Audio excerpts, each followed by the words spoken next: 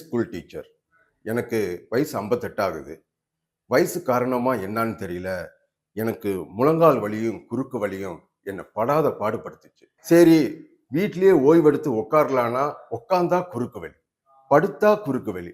எனக்கு என்ன பண்றதுனே தெரியல. இந்த வலியால நான் அவ்வளோ மன வேதனைப்பட்டேன். அப்பதான் ஒரு நாள் டிவியில துரந்தர் ஜாயின்ட் பெயின் ஆயில் விளம்பரம் பார்த்தேன்.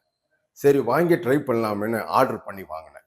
இதுல துரந்தர் ஆயிலும் அக்குப்பஞ்சர் செப்பலும் இருந்துச்சு. இந்த ஆயில டெய்லியும் வலி இருக்கிற இடத்துல முட்டி, கை, முதுகு எல்லா இடத்துலையும் தடவுனேன். இது தேய்ச்ச உடனே ஒரு புகை வந்துச்சு.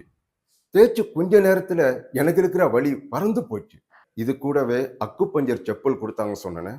அதை போட்டு ஒரு 10 நிமிஷம் நடந்தேன். அந்த அக்குப்பஞ்சர் செப்பல்ல இருக்கிற பட்டன் ப்ரெஷர் மூலமா என் காலு வலி, மூட்டு வலி, இந்த குறுக்கு வலி இதெல்லாம் இருந்த இடம் தெரியாம போச்சு. இப்பெல்லாம் என்னால் சுலபமா நடக்க முடியுது, மாடிப்படி ஏற முடியுது, நான் நினைச்ச இடத்துக்கு சந்தோஷமா போக முடியுது. சொல்லப்போனா எனக்கு ஒரு 10 வயசு. உங்க உடம்புல எந்த இடத்துல வலி இருக்குதோ, கையில, காலில், முதுகுல, மூட்டுல கொஞ்சமா எடுத்து அப்ளை பண்ணீங்கன்னா உடனே ரிலீஃப் தெரியும். இதை அப்ளை பண்ணும்போது ஒரு புகை வரும். அந்த புகையோட புகையா உங்க வலியும் மறைஞ்சு போயிடும். இதுதான் துரந்தர் ஜாயிண்ட் பெயின் ஆயிலோட மேஜிக். இவ்வளவு நேரம் நம்ம துரந்தர் ஜாயிண்ட் பெயின் ஆயில் எப்படி உருவாகுது, நானோ டெக்னாலஜினால எப்படி பெயின் ரிலீஃப் கொடுக்குன்றதை நான் உங்களுக்கு எக்ஸ்பிளைன் பண்ணேன். இப்போ ஒரு ஆர்த்தோ ஸ்பெஷலிஸ்ட், பொதுநல மருத்துவர்கிட்ட இந்த முட்டுவலி எதனால ஏற்படுது, இந்த துரந்தர் ஜாயிண்ட் பெயினால என்ன ரிலீஃப் ஏற்படுன்றது கேட்டு தெரிஞ்சுக்கலாம். வணக்கம். வணக்கம் சார். நல்லா இருக்கீங்களா? நல்லா இருக்கேன் சார். சார், இன்னைக்கு நாம் 2 பேரும் ஒரு மிகப்பெரிய பிரச்சனை பற்றி பேச போகிறோம். முதுகு வலி, மூட்டு வலி, கை வலி, கால் வலின்னு சொல்லிட்டு உடம்புல நிறைய வலிகள் இருக்கு.